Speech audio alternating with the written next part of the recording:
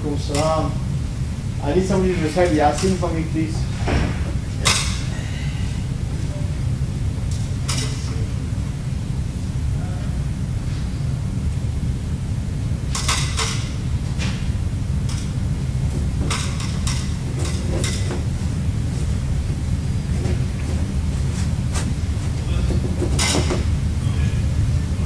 Yasin পড়েছো? না।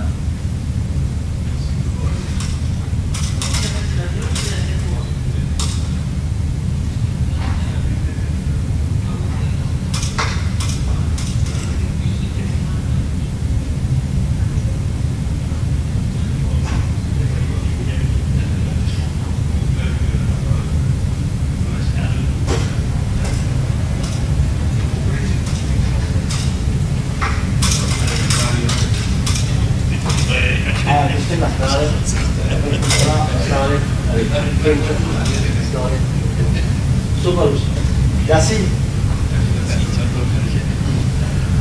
English में वन चांस है.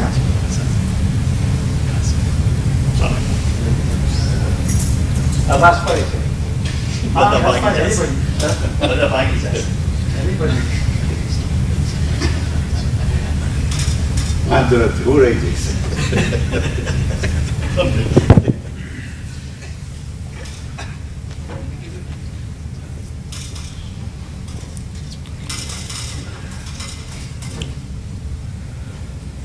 أعوذ بالله من الشيطان الرجيم بسم الله الرحمن الرحيم ياسين والقرآن الحكيم إنك لمن المرسلين على صراط مستقيم تنزيل العزيز الرحيم لتنذر قوما ما أنذر آباؤهم فهم غافلون لقد حق القول على أكثرهم فهم لا يؤمنون إنا جعلنا في أعناقهم أغلالا فإلى الأذقان فهم مقمحون وجعلنا من بين أيديهم سدا ومن خلفهم سدا فاغشيناهم فهم لا يبصرون وسواء عليهم أنذرتهم أم لم تنذرهم لا يؤمنون إنما تنذر من اتبع ذكر خشي الرحمن بالغيب وبشر مغفرة وأجر كريم إنا نحن نحيي الموتى نكتب ما قدموا وآثارهم وكل شيء أحصيناه في إمام مبين واضرب لهم مثلا أصحاب القرية إذ جاءها المرسلون إذ أرسلنا إليهم اثنين فكذبوهما فعززنا بثالث فقالوا إنا إليكم مرسلون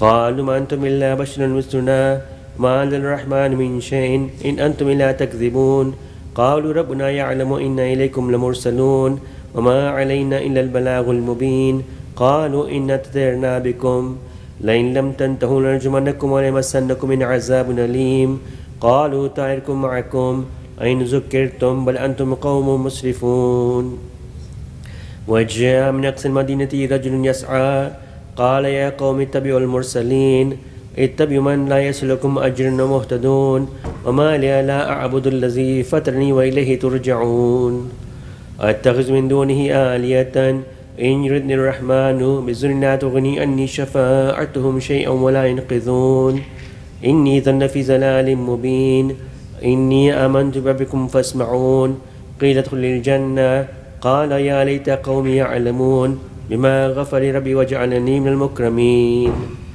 وما أنزلنا على قوم من بعده من جند من السماء وما كنا منزلين إن كانت إلا صيحة واحدة فإذا هم خامدون يا حسرة على العباد ما يأتي من رسول إلا كانوا به يستهزئون ألم يروا كما أهلكنا قبل من القرون أنهم إليهم لا يرجعون وإن كلما جميع لدينا محذرون وآية لهم الأرض الميتة أحييناها وأخرجنا منها حبا فمنه يأكلون وجعلنا فيها جنات من نخيل وعناب وفجرنا فيها من العيون ليأكلوا من ثمره ما عملت أيديهم أفلا يشكرون سبحان الذي خلق الأزواج كل مما تنبت الأرض ومن أنفسهم ما لا يعلمون وآية لهم الليل نسلخ من النهار فإذا مظلمون والشمس تجري لمستقر لها ذلك تقدير العزيز العليم والقمر قدرناه منازل حتى عاد كالأرجون القديم لا الشمس ينبغي لها أن تدرك القمر ولا الليل سابق النهار وكل في فلك يسبحون وآية لهم أنا حملنا ذرية في الفلك المشحون وخلقنا لهم مثله ما يركبون وإن نشاء نغرقهم فلا صريخ لهم ولا هم ينقذون إلا رحمة منا متاعا إلى حين وإذا قيل لهم اتقوا ما بين أيديكم وما خلفكم لعلكم ترحمون وما تأتيهم من آية من آيات ربهم إلا كانوا عنها معرضين وإذا قيل لهم أنفقوا مما رزقكم الله قال الذين كفروا للذين آمنوا ونطعم من لو يشاء الله أطعمه إن أنتم إلا في ضلال مبين ويقولون متى هذا الوعد إن كنتم صادقين ما ينظرون إلا صيحة واحدة تأخذهم وهم يخصمون فلا يستطيعون توصية ولا إلى أهلهم يرجعون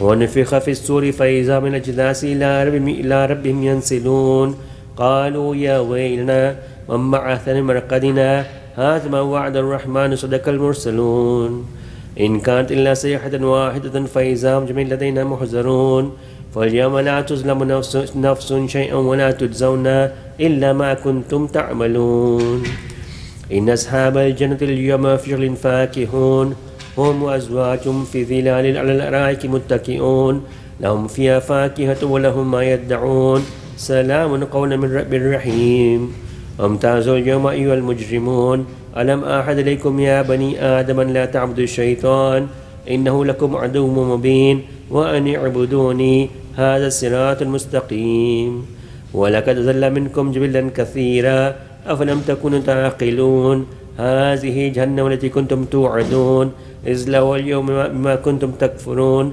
اليوم نختم على أفواههم وتكلمنا أيديهم وتشهد أرجلهم بما كانوا يكسبون ولو نشاء لمسنا على أعينهم فاستبقوا الصراط فأنى يبصرون ولو نشاء لمسخناهم على مكانتهم فما استطاعوا مضيا ولا يرجعون ومن نعمر نكس في الخلق أفلا يعقلون وما علمنا الشر ما ينبغي له إن هو إلا ذكر وقرآن مبين لينذر من كان حيا ويقل القول للكافرين أولم يروا أنا خلقنا لهم مما عملت أيدينا أنعاما فهم لها مالكون وذللناها لهم فمنها ركوب ومنها يأكلون ولهم فيها منافع مشارب أفلا يشكرون واتخذوا من دون الله آلهة لعلهم ينصرون لا يستطيعون نصرهم وهم لهم جند محضرون فلا يحزنك قولهم إنا نعلم ما يسرون ما يعلنون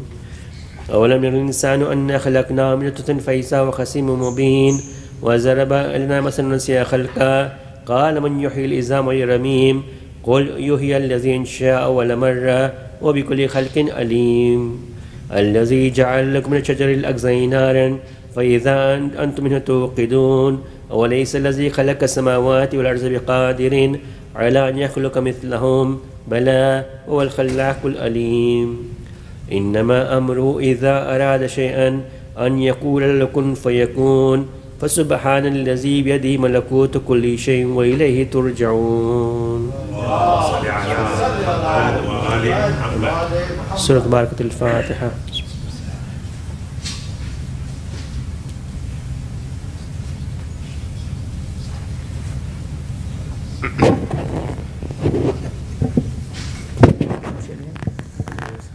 Ali Reza White चाय वाला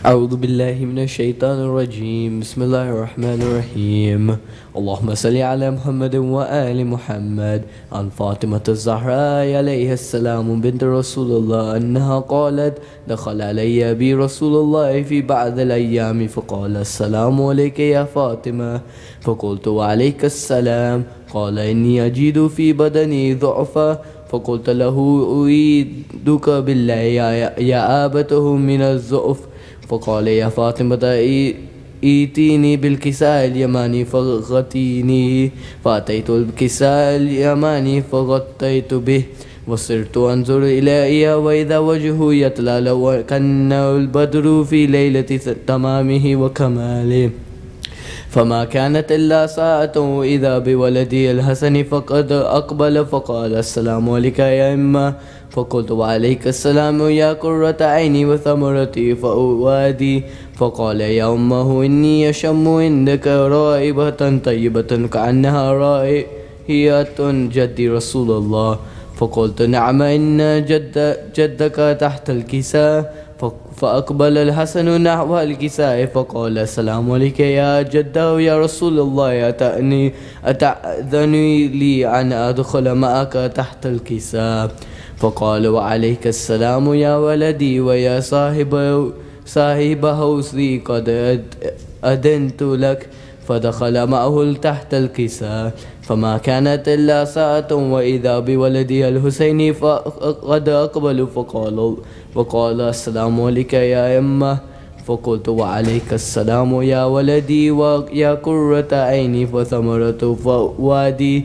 فقال لي يا أمه إني أشم عندك رائبة طيبة كأنها رائحة جدي رسول الله. فقلت نعم إن جدك وأخاك تحت الكساء. فدنا الحسين عليه السلام نحو الكساء فقال السلام عليك يا جده والسلام عليك يا من اختاره الله. تعدن لي أن أكون معكم تحت الكساء.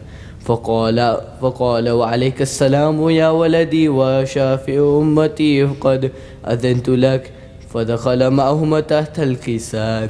فأقبلوا عندك ذلك أبو الحسين علي بن أبي طالب. فقال السلام عليك يا بنت رسول الله. فقلت وعليك السلام يا أبا الحسن ويا أمير المؤمنين. فقال يا فاطمة إني أشم عندك راهية طيبة كأنها راهية أخي وابن أمي رسول الله. فقلت نعم هو مع والديك تحت الكساء. فأقبلوا علي نحو الكساء فقال السلام عليك يا رسول الله أتأذني لي أن أكون معكم تحت الكساء. فقال وعليك السلام يا أخي ويا وسي وخليفتي وصاحب لوائه قد أذنت لك. فدخل علي تحت الكساء. ثم أتيت نحو الكساء فقلت السلام عليك يا أباته يا رسول الله أتأذن لي أن أكون معكم تحت الكساء. فقال وعليك السلام يا بنتي ويا بئذتي قد أذنت لك. فدخلت تحت الكساء. فلما اكتملنا جميعا تحت الكساء قضى برسول الله بطرف الكساء ومع بيده اليمنى إلى للسماء وقال اللهم إني هؤلاء أهل بيتي قصتي وهمتي لحمهم لحمي ودمهم دمي يؤلمني ما يؤلهم ويحزنني ما يحزنهم أن حرب لمن حاربهم وسلم لمن سالمهم وعدو لمن عاداهم ومحب لمن أحبهم إنهم مني وأنا منهم. فاجعل صلواتك وبركاتك ورحمتي وغفرانك ورضوانك علي وعليهم واذهب عنهم الرجس وطهركم تطهيرا. اللهم صل على محمد وآل محمد. فقال الله عز وجل يا ملائكتي ويا سكان السماوات إلا ما خلقت السماء مبنيا ولا أرضا مدهيا ولا قمرا منيرا ولا شمس مذية ولا فلكا يدور ولا بحرا يجري ولا فلكا يسري إلا في محبته هؤلاء الخمسة الذين هم تحت الكساء. فقال الأمين أمين جبرائيل يا ربي ومن تحت الكساء. فقال عز وجل هم أهل البيت نبوة ومعدن الرسالة هم فاطمة وأبوها وبعلها وبنوها. فقال جبرائيل يا ربي أتأذني لي أن أحبط إلا أرضي لأكون معهم سادسا. فقال الله نعم قد أذنت لك.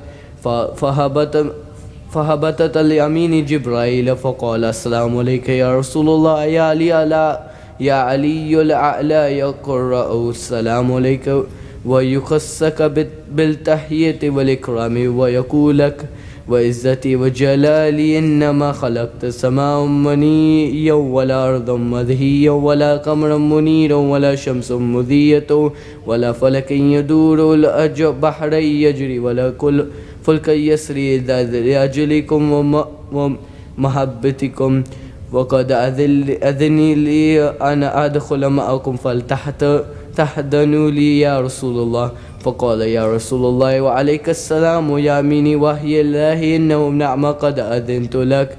ودخل جبرائيل معنا تحت الكساء فقال لي أبي إن الله قد أوحى إليك يقول إنما يريد الله يذهب عنكم الرجس أهل البيت ويطهركم تطهيرا. اللهم صل على محمد وآل محمد. فقال علي لأبيه رسول الله يا أخبرني ما لجلوس سينا هذا تحت الكساء من الفضل عند الله.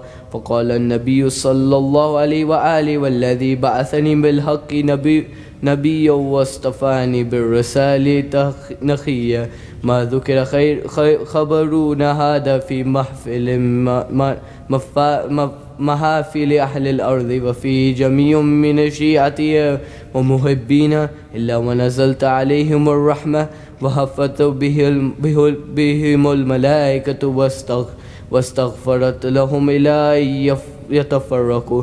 فقال بي رسول الله صلى الله عليه وآله يا علي والذي بعثني بالحق نبي واصطفاني بالرسالة التي نجية ما ذكر خبرنا هذا في محفل من محافل أهل الأرض وفي جمع من شيعتي ومحبين فيها وما هم إلا فرج اللهم ولا منموم إلا وكشف الله غما ولا طالب حاجة إلا وقضى الله حاجته. فقال علي عليه السلام إذا والله فزنا واستعدنا وكذلك شيعتنا فزور سعيد في الدنيا والآخرة رب الكعبة. اللهم صل على محمد وآل محمد. صلوات.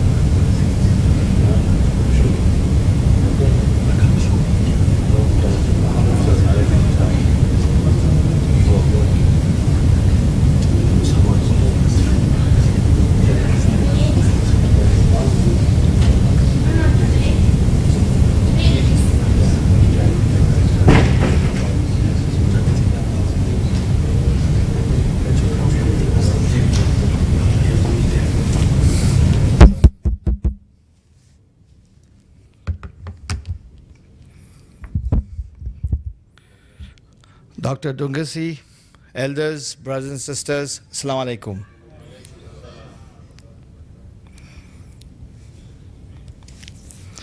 Tonight's sponsorship is still open if anybody is interested.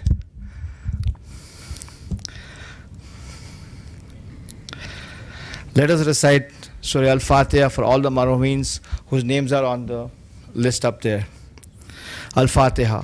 Bismillah ar-Rahman ar-Rahim. Alhamdulillah Rabbil Alameen. Ar-Rahman ar-Rahim. Iyyaka nasta'in siratal mustaqim.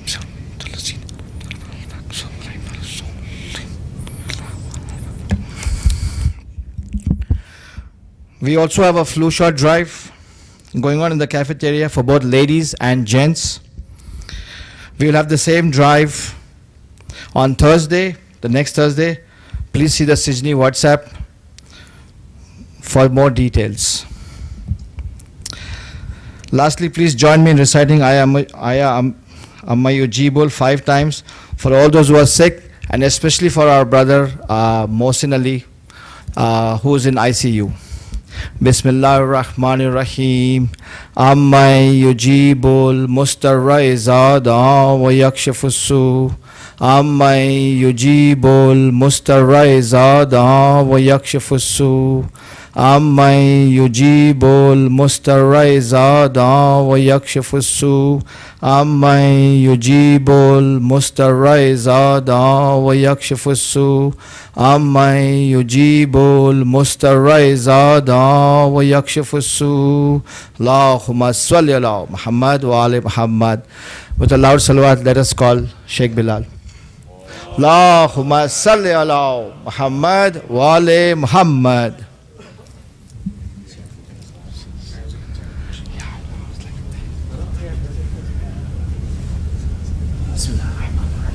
Muhammad wa ali Muhammad salawat. Allahumma salli ala Muhammad wa ali Muhammad.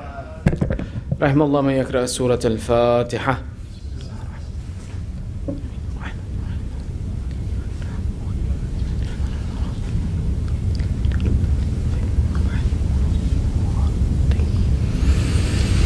أعوذ بالله من الشيطان الرجيم. بسم الله الرحمن الرحيم. ربي اشرح لي صدري ويسر لي أمري واحلل عقدة من لساني يفقهوا قولي.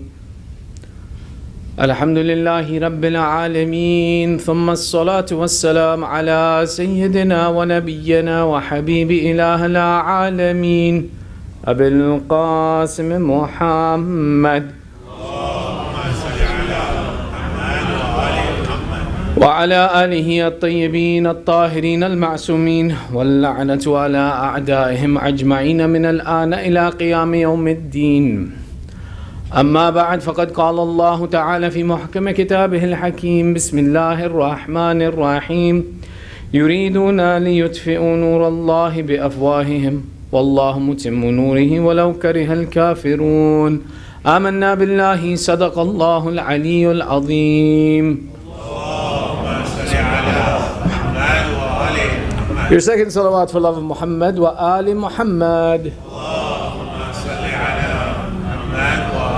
And your loudest salawat is congratulations to the Imam of our time, Sahibul Asri wal Zaman.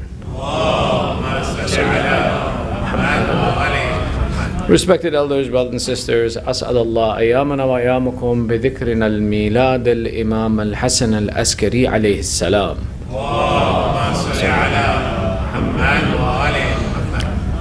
This day of celebration for us, the day of celebrating the Wiladat of our 11th Imam, is one of the special moments that we have due to the significance and the importance of the impact of this Imam. Now, what may be unusual to understand when we talk about the impact of this Imam is that his Imamat lasted only 6 years. But his Imamat and his life were something that were, how's the word that I'm looking for? That were in search of by the entire world. The entire world was looking to see who would be the son of Hassan, who would be the one who would bring reform to this world. All of society was waiting for it.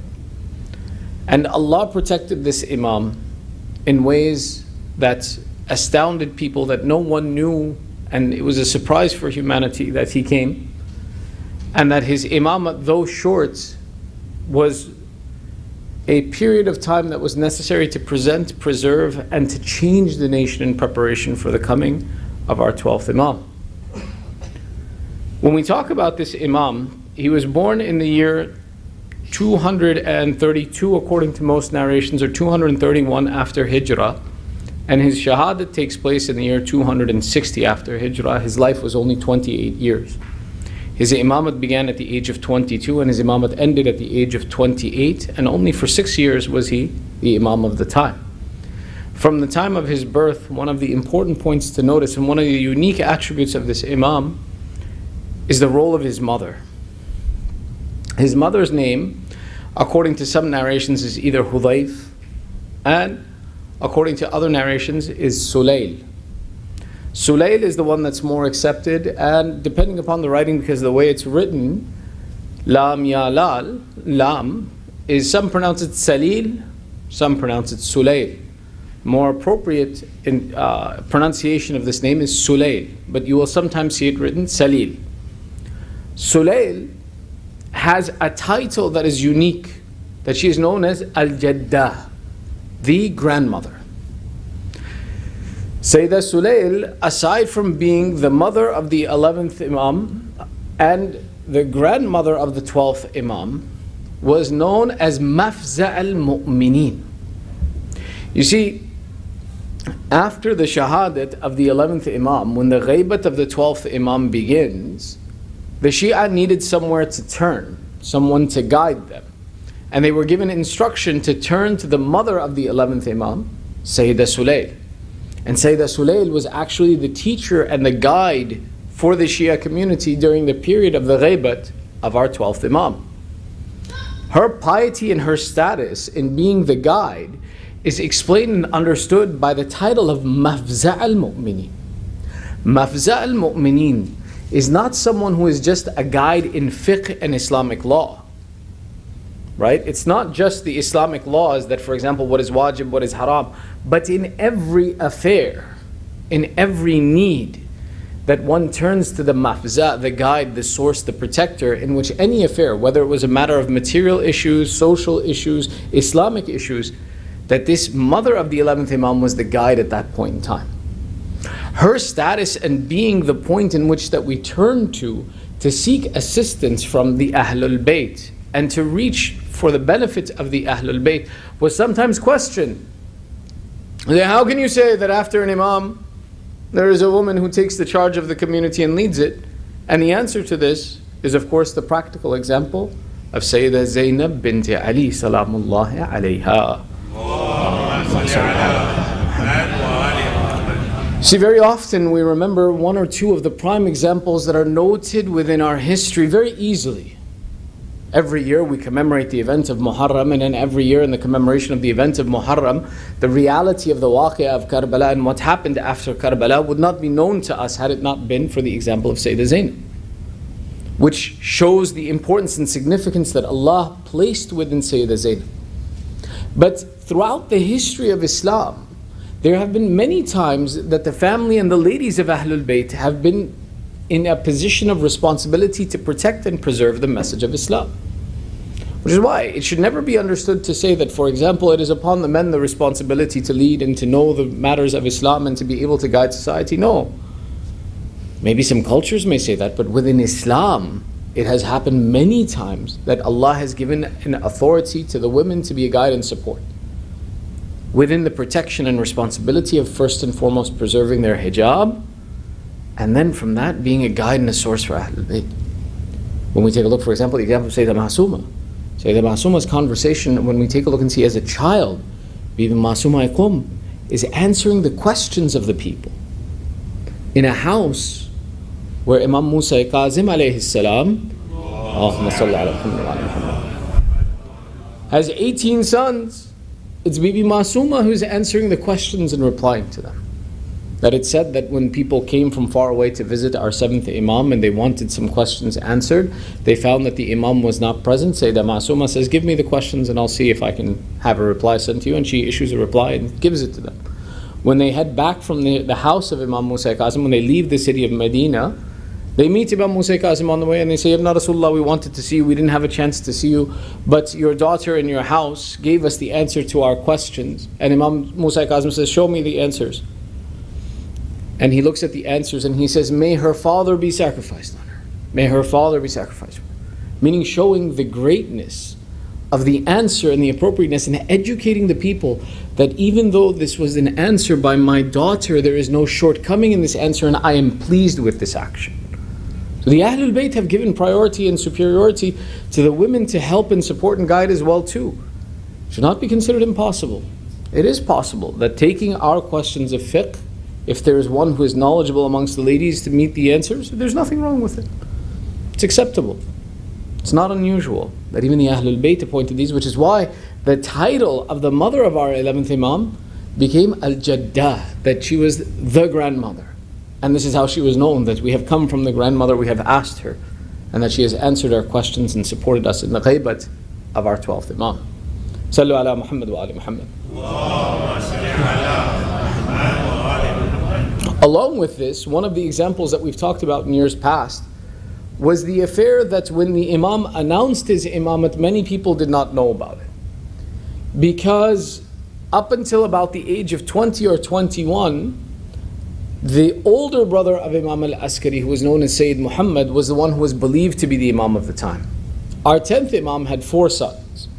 He had Sayyid Muhammad ibn Ali, Imam Hassan ibn Ali, Hussein ibn Ali, and Ja'far ibn Ali. Ja'far and Hussein, sometimes they're backwards or forwards. These 4 sons, of them the oldest and most noble and public in character was the Sayyid Muhammad. And people were so sure that after Imam al-Hadi that this would be the next Imam. Because had they known that the next Imam is Hassan, there was a chance of his assassination, because they knew that the son of Hassan will be the Qa'im, will be the riser, will be the reformer of society.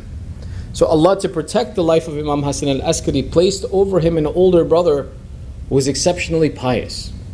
And Imam Hassan al-Askari was always in the company of his older brother, to the extent where people, when they would take a look at these 2 brothers, they would say the older one is the teacher and the guide of the younger one. But in reality, Imam Hassan al-Askari was the guide and the teacher of his older brother, Sayyid Muhammad. But this affair was completely hidden, so that when the time came for the imamate of Imam Hassan al-Askari, no one knew that he would be the imam. And to the extent where his brother Ja'far stepped up and claimed, I am the imam.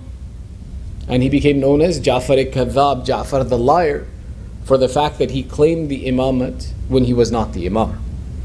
Our 12th Imam speaks about this Ja'far and says, don't call him Ja'far al-Kadhab, call him Ja'far al-Tawwab. The Ja'far that repented, not the Ja'far who is the liar. So the laqab that became famous was Ja'far the liar. But Imam Zaman, in one of his letters, he says, don't call my uncle the liar, call him At-Tawwab, because he repented for the mistake that he made of claiming this Imam. This aspect of knowing him as Ja'far At-Tawwab is important for us as well too. If we didn't believe in the maghfirat of Allah and the forgiveness of Allah, then we ourselves would have nowhere to go. If someone like the son of the Imam cannot be forgiven for a sin or a mistake that he has committed, then how could we imagine that we will be forgiven? So at this time, the beginning of the Imamate of Imam al-Askari begins in a phase where people don't know where the Imamate will go. But one of the unique aspects and one of the titles of all of the Imams after Imam Rada is that they are known as Abna'ur Rada. Whether you take a look at Imam Jawad, Imam Hadi, Imam al-Askari, they're all known as Abna'ur Rida. The reason this is significant is that after the coming of Imam Rida, the Shia did not split again. They continued straight through, which is why the status of Imam Rida is something specific, and that's why all of the Imams after him are known as Abna'ur Rida. That's anyone who believed in the Imamat of Imam Rida, believed in all of the Imamat of the 12 Imams. Sallu ala Muhammad wa ali Muhammad. Alhamdulillah that Allah guided us to the wilayah of Ahlul Bayt and the wilayah of Imam Rada, that we are those who believe in the wilayah of all 12 Imams. This status of him being known as Abna'ur Rida was something that eventually the people came to realize that this has to be authority of Allah, because within him we find the same characteristics that we found in Ali ibn Musa Rida. But how did this happen? One of the things that you find in the 6 years of the Imamat of Imam al-Askari, though he was someone who was very restricted in his movement, the Imam at the age of 1, it's narrated in history, was moved from the city of Medina to the city of Samarra, and then spent the next 27 years of his life in the city of Samarra. He wasn't allowed to leave. To the extent he wasn't allowed to leave was that there's actually a debate that says, did this Imam ever go to Hajj or not? Because they wouldn't let him leave the city of Samarra. But we have some narrations that are seen as authentic, that are narrated to us in our authentic books of narration, that say that the Imam said at Hajj to one of his companions and to some of his companions, which tells us that the Imam at one point in time was able to go to Hajj, but otherwise he was not allowed to leave the city of Samarra. Now there's some debate if it was Hajj or Umrah, that he went to Mecca but once in his life, that they put such restrictions on him. Regardless of these restrictions, the 6 years of the Imamate of Imam Radha, of Imam al-Askari, are filled with miracles, are filled with mu'jizat. To the extent where the Shia, the followers of the Imam, experienced miracles from him, and the non-Shia experienced miracles from him. I have 3 to share with you with your loudest of salawat ala Muhammad wa ali Muhammad. There's a book called Muntaha al-Amal of Shaykh Abbas al-Qummi. Shaykh Abbas al-Qummi wrote many books on the seerah of Ahl al-Bayt. Muntaha al-Amal is the last book that he wrote on the seerah of Ahl al-Bayt, on the biography of Ahl al-Bayt. And it's considered to be his most authentic and complete work of all of his books of seerah that talks about the Ahl al-Bayt. In Muntaha al-Amal, Shaykh al-Qummi narrates a number of stories and a number of mu'jizat from the life of Imam al-Askari. Now you would imagine an Imam who was only alive for 6 years and was in a continuous process of house arrest or physical arrest during this entire 6-year period. How? But the Imam was someone who was a guide for humanity, and these miracles were a way for us to know and to learn from the Imam. There's one that's mentioned about Abu Hashim al-Ja'fari. Abu Hashim al-Ja'fari was one of the close companions of Ahlul Bayt, was one of the followers of Ahlul Bayt, and one of the close guides and teachers from whom we get authentic narrations about Ahlul Bayt.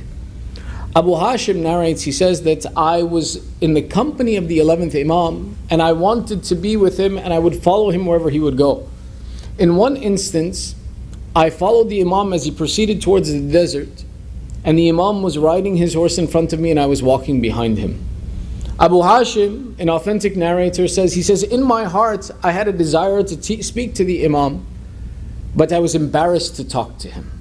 He says, in my heart I was thinking that I'm in a state of difficulty. I have a loan upon me that I have to pay, and this loan is an amount of money that I physically cannot ever possess, and I don't know how I'm going to pay this amount of money.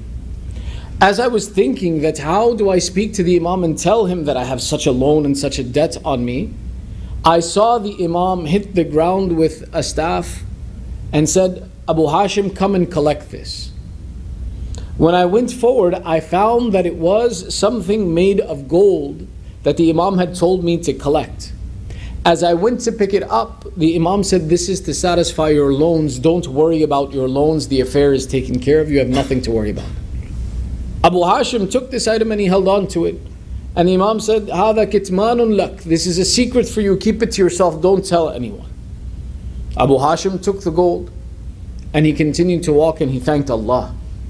He says, as I was continuing to walk with him, I had started to know that the weather is changing.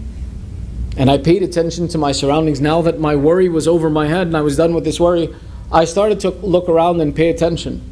As I looked around and I saw that the weather was changing, much as it is now, I began to think to myself, now I need winter clothes for my kids, I need resources for my family, I need expenses to take care of the winter months so that my family is safe.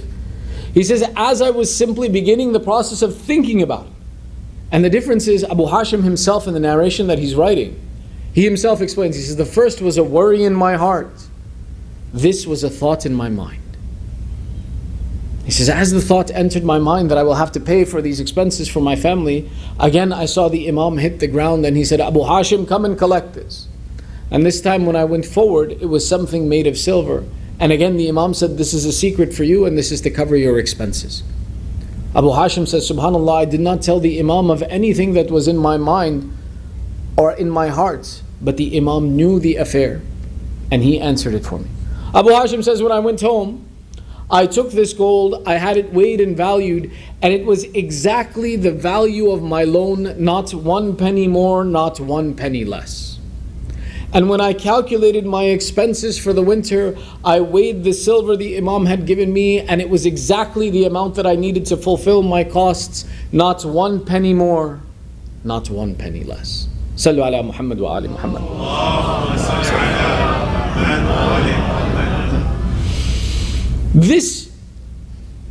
Why this miracle?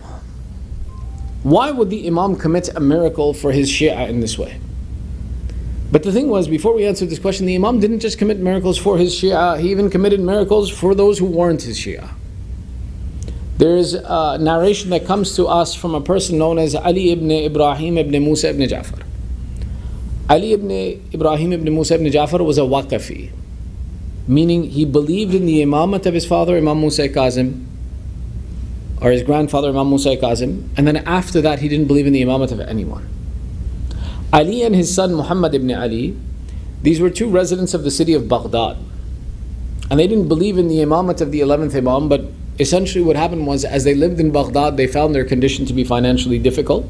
They couldn't meet their expenses, and they had heard of the generosity of Imam al-Askari, and they decided to go visit their relative and see if his generosity would fulfill their needs. As they were traveling from Baghdad to Samarra with the intention of asking for financial aid from the Imam, they began to talk to each other. And the father said to the son, you know, if we go see this relative of ours, this Hassan, if he was to give me 500 dinar, all of my needs would be met. And the son says, if he gave you 500 dinars, Baba, I only need 300 dinars. If he gave me 300 dinars, my needs would be met. And they both went with the hope and the aspiration that something that they desired would come about from this meeting. Sure enough, when they went to visit Imam al-Askari welcomed them as relatives and said to them, why haven't you come seeing me? Why don't you come visit me? You are my relatives, you are my cousins, we should be in close relations, spend time with me. Ali ibn Ibrahim did not say that we don't believe in your imamat, we don't believe in your status. He didn't want to have this conversation, so he simply said, I'm busy. We're busy in life, we didn't have a chance. Now that we have a time, we came to see you. And the Imam says, okay, you're free to go. Go and wait, and inshallah, we'll send a gift with you. These two didn't accept the imamat of the Imam. But sure enough, as they were waiting, the servant of Imam al-Askari comes, and he says to the father, the Imam has given you 500 dinar. And he turns to the son, the Imam has given you 300 dinar. Exactly as you desired and expected, the Imam has fulfilled your need. And then the servant of his own accord said, how unusual that your relative, your family, is one who fulfills your needs without you asking him, without you mentioning your need in front of him, yet you refuse to accept his authority and submit to his authority and the authority of Allah on this earth. And Ali ibn Ibrahim, he replied, he says, we follow what we found our father following. And they took the money and they left. Before we go further, the idea of these miracles, an Imam uses miracles for two reasons. One reason is to support and cement the yaqeen of those who believe in the path of Allah. And the other is to defend and protect and preserve and complete the proof on those who disbelieve in the path of Allah. When we look at the miracles of Imam al-Askari in both of these examples, the first one we see him taking a mu'min, Abu Hashim, who is a mu'min, who is a believer, but in a condition where there is doubt amongst the believers about, is this really the authority of Allah? The Imam uses the process of miracle of cementing and supporting and ensuring that they have faith and yaqeen, that the Imam has a connection with the unseen. And it's proven by their statements that the Imam knew what was in my heart and what was in my mind, to show and prove to the people that I am the authority of Allah over you and don't doubt in my authority over you. And in the second case, it is to prove and complete the proof and authority of Allah over those who disbelieve. An Imam simply coming forward and saying to the people that follow me, listen to me, I am the authority of Allah over you. The people would say, then how do we know that this is the truth? Therefore the Imam uses the process of a miracle to ensure that they can have no doubt that when the Imam makes the statement, I am the authority of Allah over you, that there is any doubt in this statement, that there has to be certainty and yaqeen that this is the truth of Allah. This is where we see, and the Imam is teaching a lesson about the purpose of the miracle. A miracle is not something that the Ahlul Bayt or the Ma'sumin use to fulfill their needs, or to fulfill their desires, or make their life convenient. But rather the purpose of the miracle was in the protection of the religion and the defense of the religion. Which is why when we look at the lives of the A'immah alayhimus salam, we see that though they may possess all of these abilities and powers, they were those people who suffered through difficulties. Their life was much like our life. An Imam is someone who at times went through wealth and at other times went through poverty. An Imam is someone who went through sickness. An Imam is someone who went through health. An Imam was someone whose family sometimes flourished and sometimes was affected by disease and difficulty. An important lesson of this is that, for example, even in our own lives, sometimes we look at the possession of Iman and we look at faith, and I said, if I am a man of faith, then why am I going through test and trial and difficulty? Why am I going through disease and harshness? But the Imam himself goes through difficulty. He himself goes through harshness. One, to demonstrate to the people that if you find yourself in a difficulty, look to us, we go through the same things you do. Let us teach you how to behave in each of these states of difficulty that you possess. Let us show you what it is that goes through this process. The second aspect of that teaching of the Imam is to say that the purpose of this life is not to have comfort and convenience, and it's not to say that if you possess faith, you shall never go through difficulty. No, the Imam says there is no one of more faith than us, yet we too go through difficulties. If they possess miracles and they use miracles, it is for the religion of Islam, not for themselves. The excessiveness of the examples of miracles in the life of this Imam was not with the interest of showing that he himself could have comfort and luxury and wealth and status. No, it was to ensure that people in their hearts knew what was the truth and that what was the path of Allah that needed to be followed, and that they would not be divided in these conditions. Sallu ala Muhammad wa ali Muhammad. The third of these examples comes to a person who had no relationship with Ahlul Bayt and who says that I found myself realizing that I could ask this Abu Muhammad for my desires. So he says, I sat on one of the walkways, one of the pathways that I knew was traveled, one of the roads that was traveled by Abu Muhammad. And I sat there, and when I saw him approach, I begged to him from my position on the ground, Oh Abu Muhammad, I am someone who is very poor. I am very poor. Give me 100 dinars to fulfill my needs.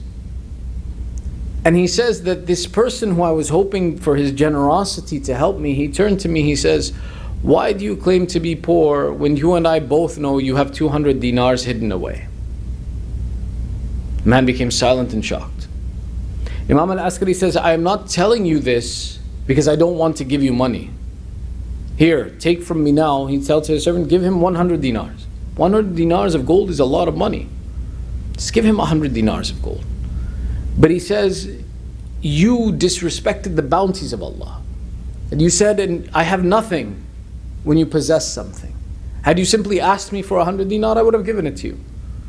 But you lied about the fact that you have wealth and you said, I have nothing.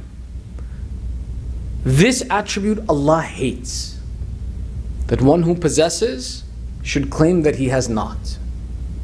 And that when you do this action, Allah then gives you the difficulty that it doesn't benefit you. And He says, I tell you now, those 200 dinar that you have buried in your house and you have hidden, you'll never benefit from them now.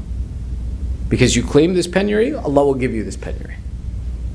But the Imam gave him the money. He says, I took it and I said, how could anyone know where my money is hidden? And I took the money and I left. Sometime later, when I found myself in financial difficulty, I went to go dig up these 200 dinars. Remember, in those days, there weren't banks. What you would do with your money is you would bury it in a house. There's actually, and we didn't talk about fiqh today, but there's an entire door of fiqh that talks about finding of treasure. That you should dig up and find treasure. The reason that this was a common process in those days, in the absence of banks, people would find different places and bury their wealth in a place that was unique to them. Now if that person forgot, if they died, if after some time you went there to do some work and you opened the ground, it was possible and likely you would find a good amount of wealth. Even till today, in those countries towards the east, there are times when people dig the ground and they find coins, they find wealth. Why?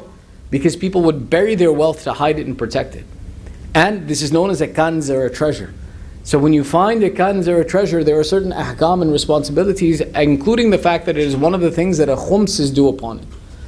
So inshallah, if you ever find a treasure, inshallah, if you ever find a treasure, there you go.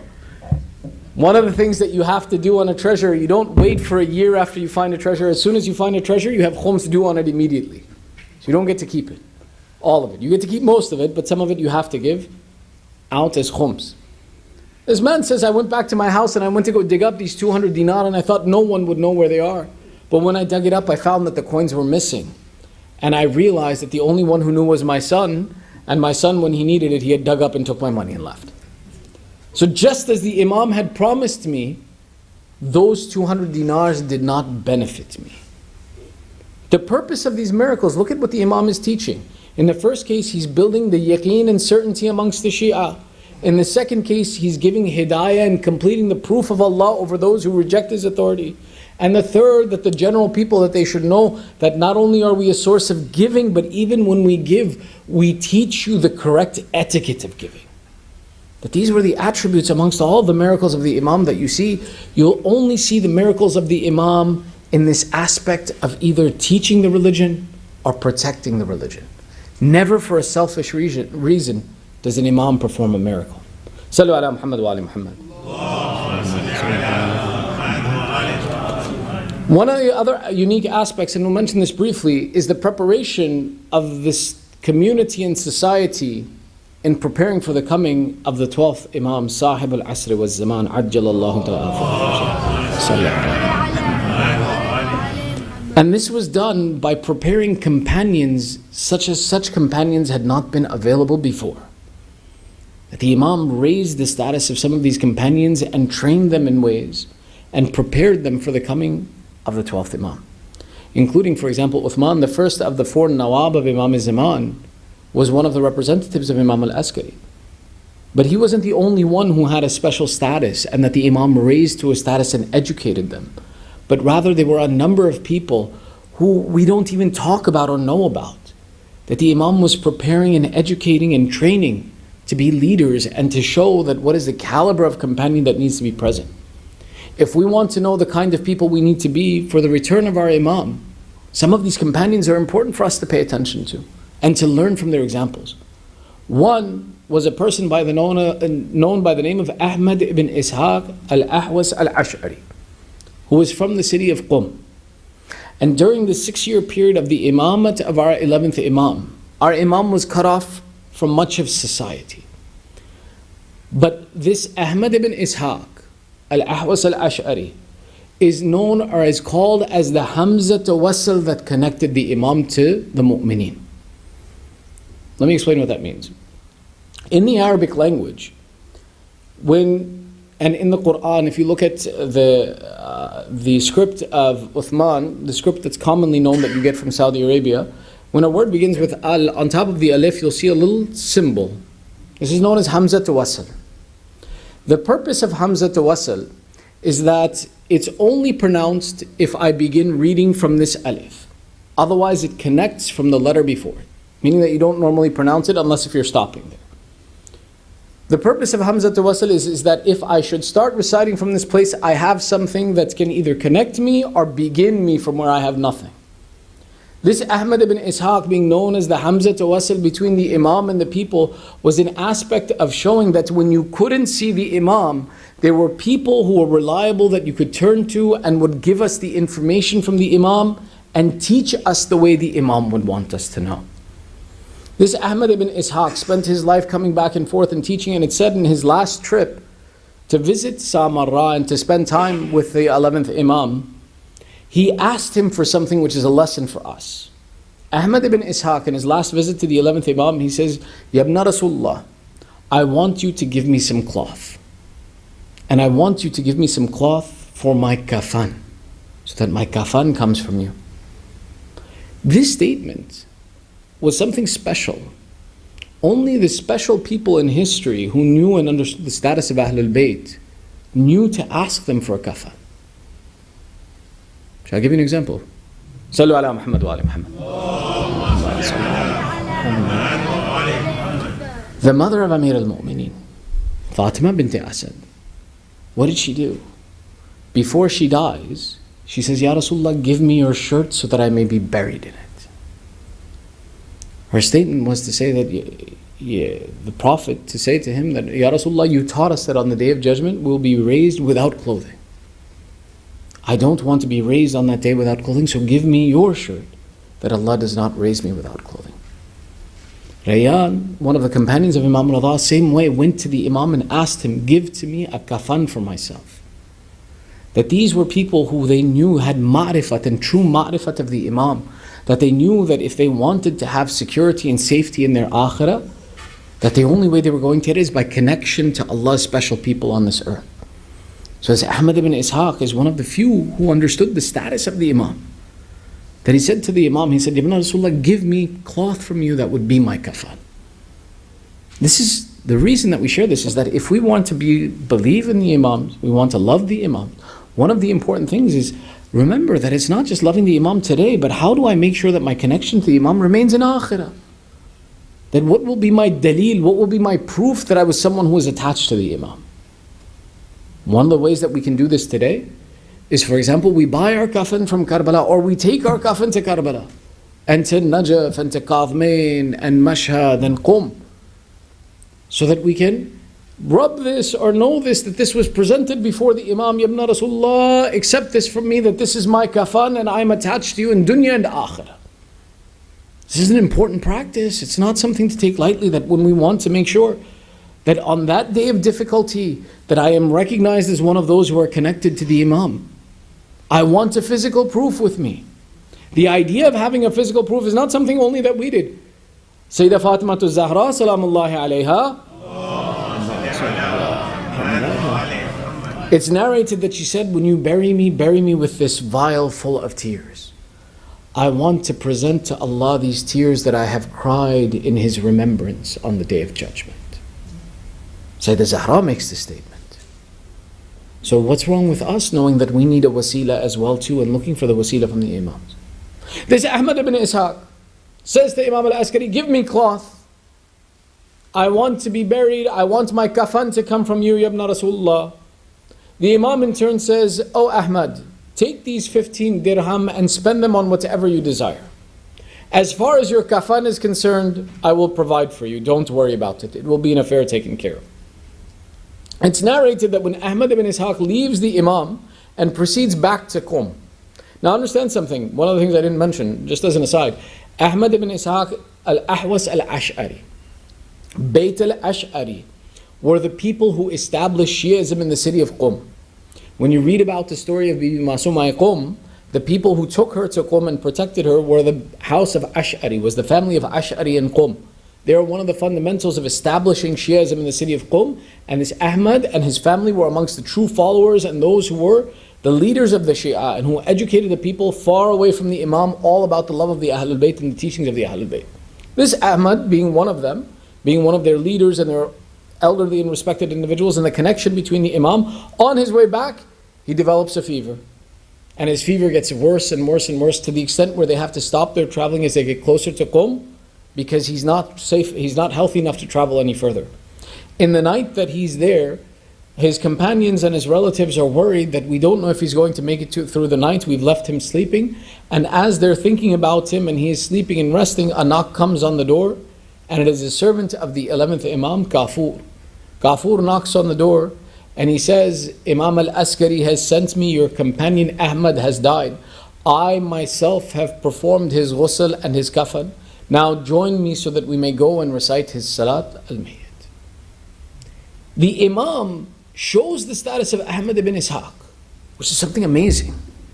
That this is the caliber of companion that he was training and saying that needs to be, that has the knowledge and the love of Ahlul Bayt in such a way that the Imam not only provides his kafan, sends his own servant to perform the ghusl, the kafan, and the salat upon him. This was the status of the companions that the Imam had raised. Sallu ala Muhammad wa ala Muhammad. I'm mentioning these stories and these points for a few reasons. One, that in the 6-year lifespan that we know of Imam al-Askari, there are very little details that are often discussed about the Imam and what was the impact of the Imam that he had, as well as what it was that he left behind. The other aspect is that it's a desire that as we learn about some of these people and learn about some of these examples, that we understand the ma'rifat of the Imam and the relationship we want to have with them. In that light, there is a person who holds a very special status, whose name is Ahmad ibn Muhammad ibn Mutahhir. Ahmad ibn Muhammad ibn Mutahhir is one of those companions of the Imam that was unlike anyone else. And there's a reason for this. That Ahmad ibn Muhammad ibn Mutahhir was the one that the Imam entrusted with his family. In the year 259, which is 1 year before the Shahadat of the 11th Imam, Imam takes Ahmad and he says, Ahmad, I want you to fulfill a responsibility for me. He says, Ya Ibn Rasulullah, whatever you command. He says, I want you to go to Hajj. Ahmad says, no problem, I'll go to Hajj.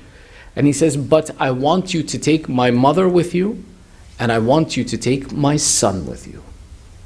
Ahmad ibn Muhammad ibn Mutahhir was that companion of the Imam that the Imam trusted his family to this Ahmad ibn Muhammad. And he was that close and that responsible for the Imam.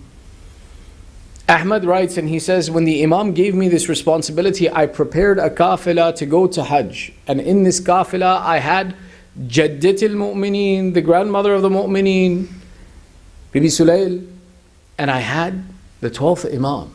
The authority of Allah had been entrusted to me to take to Hajj. The Imam at this time was 4 years of age. Imam al-Askari had explained to his mother what was to come and that he was soon to be assassinated. And he says that it's important that you leave this place and you go to Hajj and you take my son with you and you travel in this distance. Ahmad says, I took this responsibility and we started the journey of going to Hajj. As we proceeded and we had only gone a short distance from the city of Samarra, we noticed that every caravan of Hajj was coming back. No one was going to Hajj, everybody was coming back. Ahmad says, I asked these people, why are you coming back? You should be on your way to Hajj. You are the caravans of Hajj. They said, there is no Hajj this year. Ahmad says, what do you mean there's no Hajj? Each caravan would tell the same story, that the condition ahead in Mecca is one of famine, is one of drought, is one of difficulty and insecurity and no safety. So turn back, don't go to Hajj now. This year it's not safe for anyone to go to Hajj. Ahmad says, in this condition, not knowing what to do, I wrote a letter and I sent it with a fast traveler back to Samarra to ask the Imam, what should I do in this condition? And the Imam replied to me and he says, continue forward, there is no fear or difficulty for you. So Ahmad says, I took this responsibility, I followed the word of the Imam without questioning him. And I proceeded to Mecca when no one else would dare go to Mecca. And he says, Alhamdulillah, we did not find any famine. We did not find any drought. We did not find any fear or difficulty that prevented us from performing this Hajj. And we fulfilled the Hajj. And upon our return, we learned that it was the passing of the Imam. Sallu ala Muhammad wa ala Muhammad. The example of this Ahmad ibn Muhammad ibn Mutahhir and the example of these companions and those who were close to the Imam was a demonstration of the authority that the Imam had placed in these companions to show us what it is that the companions will need to be in the time of the 12th Imam. That after we develop certainty and yaqeen of the authority of the 11th Imam through the mu'jizat that he presented, that we would know what it is that we need to develop in our character, which was trust and yaqeen in knowing that when the Imam commands us, we have to fulfill that command. And we don't worry about the others who are around us. And that we understand and we follow the example of having the wasila and knowing and attaching ourselves to the example of Ahlul Bayt. ندعوك باسمك العظيم الأعظم الأعز الأجل الأكرم. 10 times we call out, Ya Allah, Ya Allah, Ya Allah, Ya Allah, Ya Allah, Ya Allah, Ya Allah, Ya Allah, Ya Allah. يا محمود بحق محمد يا أعلى بحق علي يا فاطر السماوات بحق فاطمة يا محسن بحق الحسن يا قديم الأحسان بحق الحسين. Oh Allah, we ask you by the right of this day, by the right of the Wiladat of Imam al-Askari, by the right of his son and by the right of his forefathers. Oh Allah, first and foremost, forgive our sins, cover our flaws. Ya Allah, we have gathered here with hajat by the right of the mention of your Ahlul Bayt. Fulfill our hajat. Ya Allah, those amongst our families and our communities and the mu'mineen who are suffering through sickness and disease, Ya Allah, give shafa'at to the mu'mineen wherever they are. Oh Allah, those who are suffering through insecurity and difficulty, Ya Allah, remove the insecurity and difficulty and give aman to the believers wherever they may be. Oh Allah, keep our children on the upright path of Ali Muhammad. Oh Allah, hasten the reappearance of Sahib al-Zaman. Give us the tawfiq that from us and our families are raised the true companions and lovers of Sahib al-Zaman. Oh Allah, entitle us the Shafa of Aba Abdullah in dunya and in akhirah. 1 Surah Fatiha, 3 times Surah Ikhlas, لأرواح المؤمنين والمؤمنات مع الصلوات. صل على محمد وآل محمد. بسم الله الرحمن الرحيم.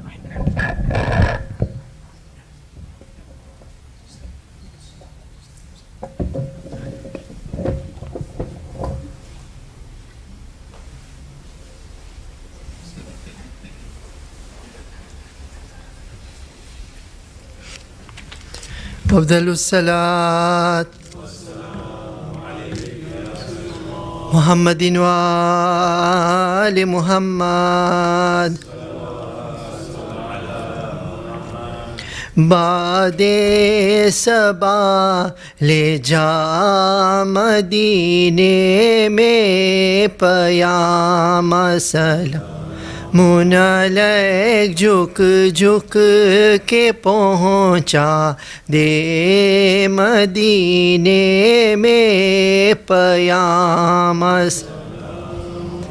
لے کے راحت قلب نکی مولا حسن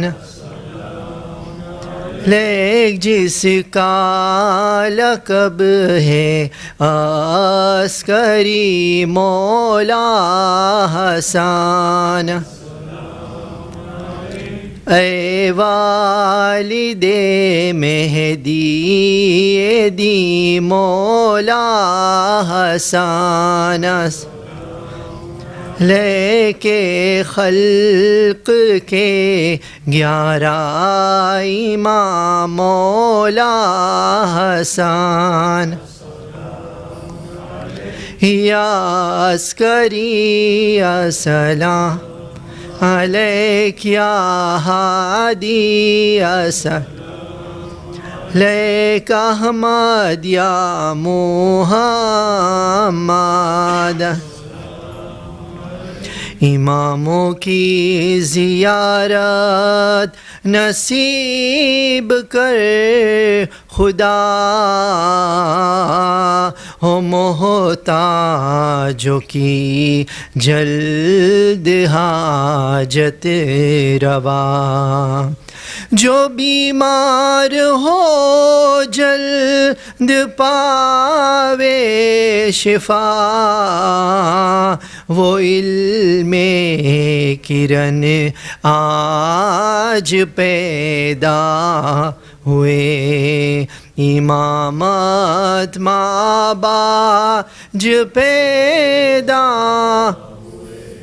اے شہ کامیاب آج پیدا حسن نام اور عسکری ہے لقب وہی عالی جناب آج پیدا ہوئے امامت ماں باج پیدا ہوئے شہ کامیاب آج پہ ہوئے اے 5 اور 9 مل جہاں داہتان احمد والی زہرا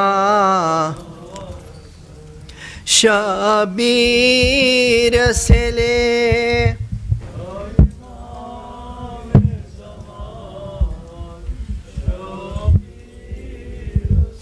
لیتا امام زمان ایک ایک پہ صدا صلوات پڑھو صلوات صلوات کے ہو اس پہ نثار گوہر جو نبی ہے بلند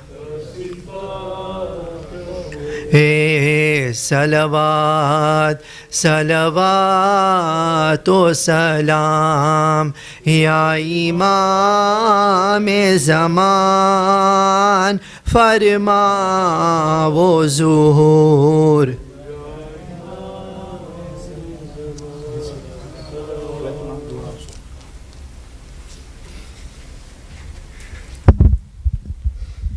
اللهم صل على محمد وآل محمد بسم الله الرحمن الرحيم السلام عليك يا رسول الله يا محمد بن عبد الله السلام عليك يا أمير المؤمنين يا علي بن أبي طالب السلام عليك يا خديجة الكبرى أم المؤمنين السلام عليك يا فاطمة الزهراء سيدة نساء العالمين السلام عليك يا حسن بن علي المجتبى السلام عليك يا أبا عبد الله يا حسين بن علي الشهيد بكربلاء السلام عليك يا علي بن الحسين زين العابدين السلام عليك يا محمد بن علي الباقر السلام عليك يا جعفر بن محمد الصادق السلام عليك يا موسى بن جعفر الكاظم السلام عليك يا علي بن موسى الرضا السلام عليك يا محمد بن علي الجواد السلام عليك يا علي بن محمد الهادي السلام عليك يا حسن بن علي العسكري السلام عليك يا حجة الله يا ابن الحسن يا صاحب الزمان